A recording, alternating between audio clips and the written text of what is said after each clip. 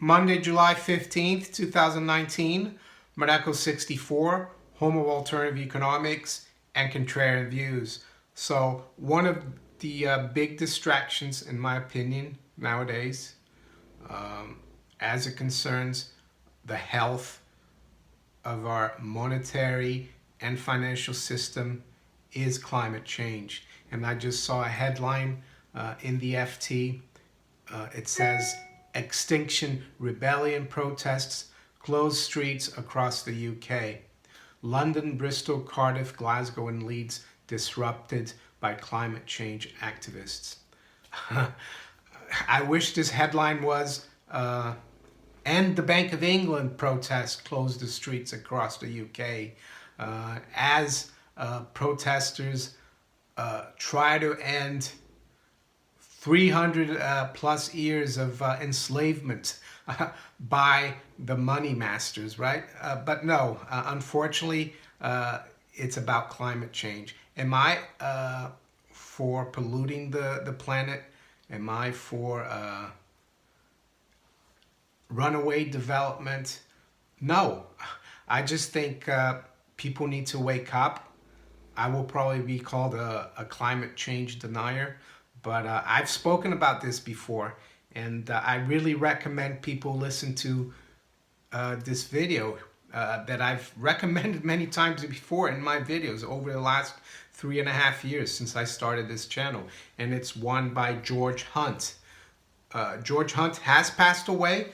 He was involved in the environmental industry, and he took part in the Earth Summit, UNCED Earth Summit in 1992, the Rio Summit.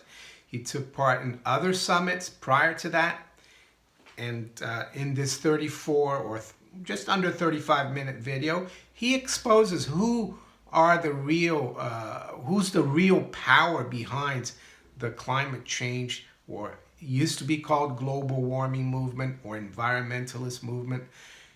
And some of you might not be surprised who these people are, but some of you might. Well, George Hunt talks about this, and he tells how Edmund de Rothschild was the main driver behind the environmentalist movement in the 70s and 80s, and how he worked with Maurice Strong, who he placed at the UN, to put all this agenda forward at the UN. So these are the same people who brought us this monetary system that we have, which I think is the biggest problem in the world. It's where the spotlight should be. The other thing that our current monetary system does, the fiat-based monetary system, where banks, central banks, can create credit out of thin air with no anchor of precious metals. And why precious metals? Well, because precious metals over the last 5,000 years, recorded history, have been the ultimate form of money. Precious metals, how can I say, makes the system as honest as possible.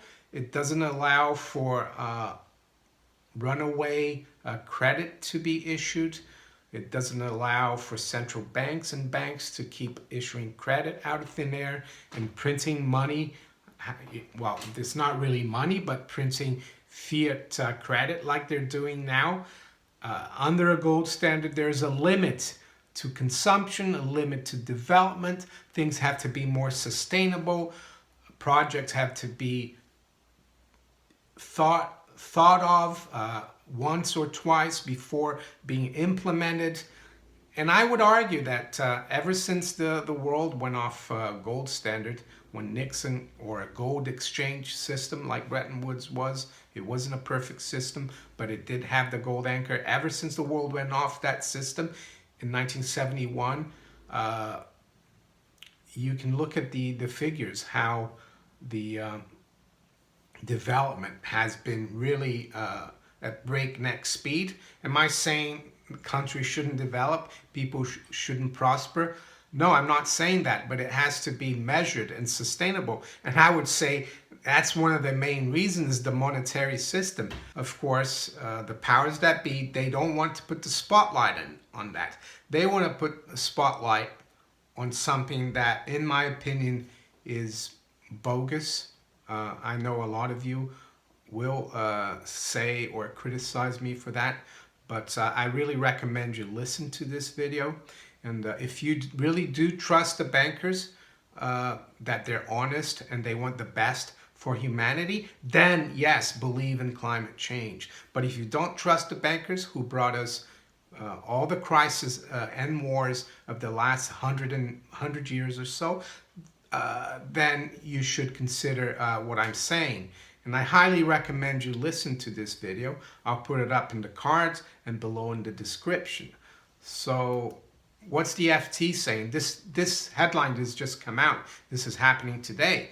So I'll just read from the article. It says, Extinction Rebellion, the protest group, shut down streets and disrupted traffic in 5 cities across the UK on Monday, making their largest disruption since a major event in April that brought parts of the British capital to a standstill. Demonstrators in London, who shut down the Strand for 8 hours, said they would keep protesting until Friday as they call for the government to take more action on climate change and provide an amnesty for protesters who have been arrested previously. So they want amnesty as well. This is what one of the the spokesperson for Extinction Rebellion, Alana Byrne, said, and I quote, "We are here today to remind everyone that this is an emergency, a climate change emergency." I think in the 70s there was a scaremongering about an ice age coming in the next 20 years. It continues the article. The rising profile of the group was one of the factors that has contributed to growing public concern in the UK about the impact of climate change, prompting Parliament to pass a bill declaring an environment and climate emergency in May. So, and this is the kicker here.